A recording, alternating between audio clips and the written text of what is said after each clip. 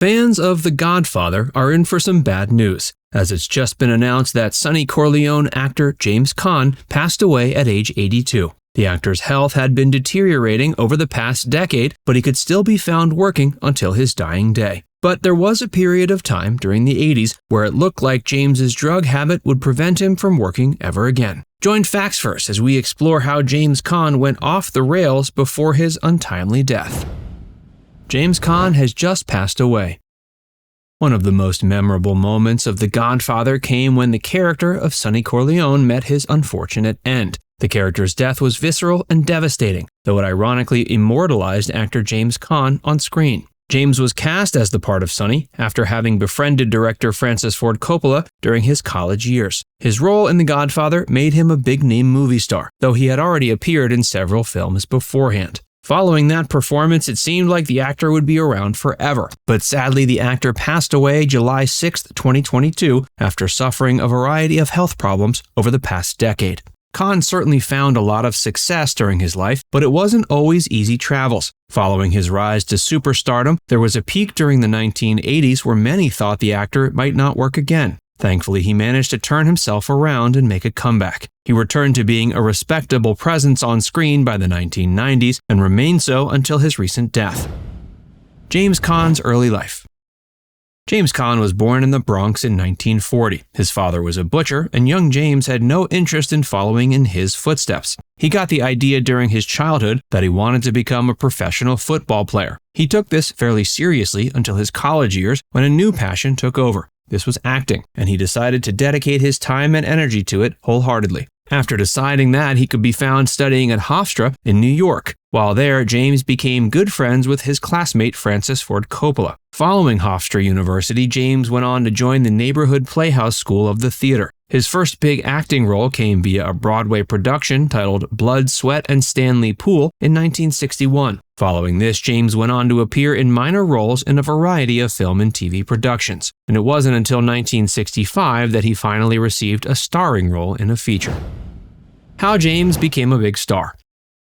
James's first leading role in a feature film came in 1965 when he was cast in the Howard Hawks picture Red Line 7000. Legendary director Hawks took a liking to James and cast him in another picture the following year. That picture was 1966's Western film El Dorado, which is a good deal more renowned nowadays than Red Line 7000. It also featured John Wayne and Robert Mitchum. James was intimidated by the prospect of appearing in the film alongside the big stars, but he held his own. The following decade, he became a Hollywood superstar in his own right. In 1969, he first worked professionally with his old college friend Coppola. Francis cast James in his feature The Rain People, with James playing the love interest of a character played by Shirley Knight. The film was a modest success and paved the way for both celebrities to work together again on The Godfather years later. Before we tell you more, be sure to give this video a like and subscribe to Facts First if you haven't already. James's big break came via The Godfather. Though James Caan had starred in notable films beforehand, it's unquestionable that his true big break came when he was cast in 1974's The Godfather. James's positive working relationship with Francis Ford Coppola made it all but a guarantee that James would get a role in the adaptation of Mario Puzo's popular novel, and many expected the film would be a hit. But James didn't get the part he initially wanted. He had been trying to get cast as the character of Michael Corleone. The studio supported that decision, though Francis Ford Coppola insisted the role needed to be played by Al Pacino. He got his way, but that didn't mean James was out of the picture. Instead, he was cast as Michael's older brother, Sonny. The role of Sonny certainly wasn't as meaty as the role of Michael, and the fact that the character died in the first film meant that James Caan was only invited back to make some small appearances via flashbacks in the film's sequel. While it's unquestionable that Pacino was the actor with more meat to chew on, James's role in The Godfather still brought him a great deal of acclaim. Following his appearance, he was a true superstar whose name was enough to sell tickets. His death scene in The Godfather remains one of the most memorable scenes from the film, and it featured the actor done up in well over 100 different squibs. This resulted in an exceptionally bloody end for Sonny. The Godfather went on to become one of the biggest films of all time. Over the ensuing 1970s, Caan could be seen in several notable pictures, capitalizing on the fame he'd received from The Godfather. He starred alongside Alan Arkin in the comedy Freebie and the Bean, and alongside Barbra Streisand in 1975's Funny Lady. He also received a lead role in the cult classic Rollerball. James hit rock bottom in the 1980s. After appearing in The Godfather and The Godfather Part 2, James turned down the chance to work with Coppola again on the subsequent war film Apocalypse Now. The film had an infamously troubled production despite turning into a critical success, so it's arguable James made the right choice. He also turned down major roles in the films One Flew Over the Cuckoo's Nest and Kramer vs. Kramer. When the 1980s came around, James Caan seemed to have every intention of maintaining his star status, but fate had other plans. He found success early in the decade via his role in Michael Mann's directorial debut, Thief, that was released in 1981 and featured James in the lead. It proved a minor hit, though it seems to have been more beneficial for Michael Mann's career than James's. But the actor had personal problems that were slowly beginning to prevent him from giving his all to his work. When he became a superstar, he dove headfirst into Hollywood excess. By the 1980s, he was a drug addict. He struggled significantly over the majority of the decade, though he managed to turn his life around by the end of it. In 1990, he returned to the screen in a big way with his appearance in the Stephen King adaptation Misery. James managed to win back his star status.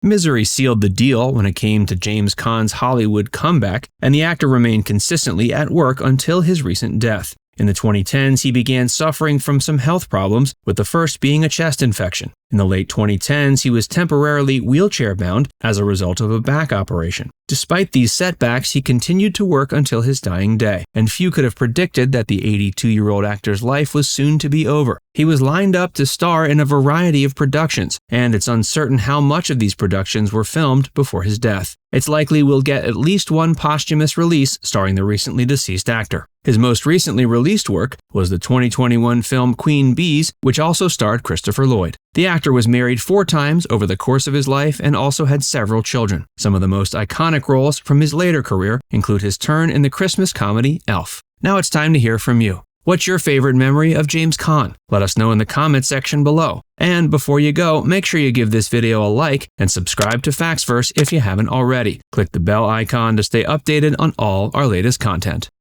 By the way, if you haven't joined Factsverse as a member yet, be sure to look below this video and click the join button.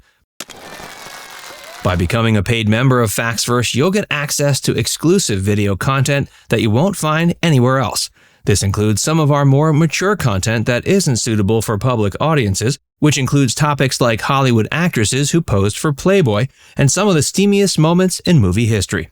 Plus, you can enjoy these videos completely ad-free.